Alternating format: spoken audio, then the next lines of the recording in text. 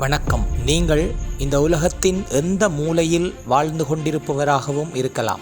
உங்களிடம் நான் ஒரு கேள்வி ஒன்றை விடுக்கின்றேன். இந்த உலகத்திலே மிகவும் கடினமான வேலை எது? வாருங்கள், இது பி பாசிட்டிவ் தமிழ்.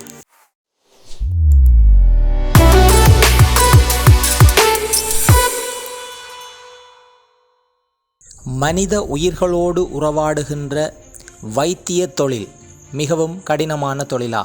பல மாடி அடுக்கு கட்டடங்களை கட்டுகின்ற பொறியியலாளர் பணி என்பது கடினமான தொழிலா? கடும் பாறைகளை கடப்பாறையால் உடைத்தெறிகின்ற கல்லுடைக்கும் தொழிலாளிகளின் தொழில் கடினமானதா? இந்த உலகத்தில் அனைவரும் உண்பதற்காக ஏறெடுத்து உழுகின்ற உழவு தொழில் மிகவும் கடினமானதா? வாழ்வதற்கு வழியின்றி பிறரிடம் யாசகம் செய்கின்ற பிச்சை எடுக்கும் தொழில் கடினமானதா? எதிர்கால மாணவ சமுதாயத்தை உருவாக்குகின்ற ஆசிரியர் தொழில் கடினமானதா?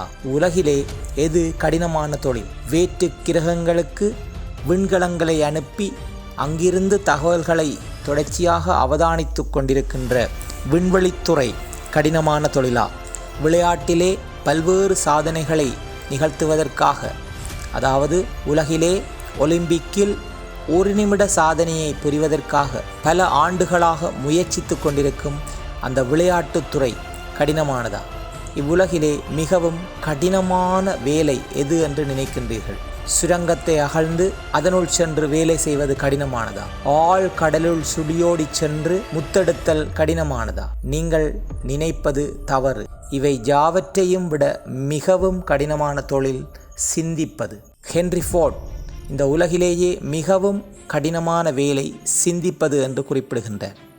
அதனால்தான் இந்த உலகில் மிகவும் குறைந்த அளவானவர்களே சிந்தித்து கொண்டிருக்கிறார்கள். எவன் ஒருவனால் இந்த உலகத்தில் உள்ள பிரச்சினை ஒன்றை இனங்கண்டு அதற்கு தன் சிந்தனை மூலம் தீர்வு காண முடிகிறதோ அவனே இவ்வுலகின் மிக உயர்ந்த செல்வந்தனாக கருதப்படுவான். இதற்கு எலான் மஸ்க், ஜெக்மா போன்ற பலரை குறிப்பிடலாம்.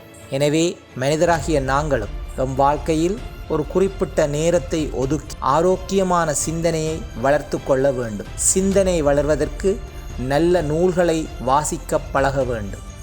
நன்றி, வணக்கம்.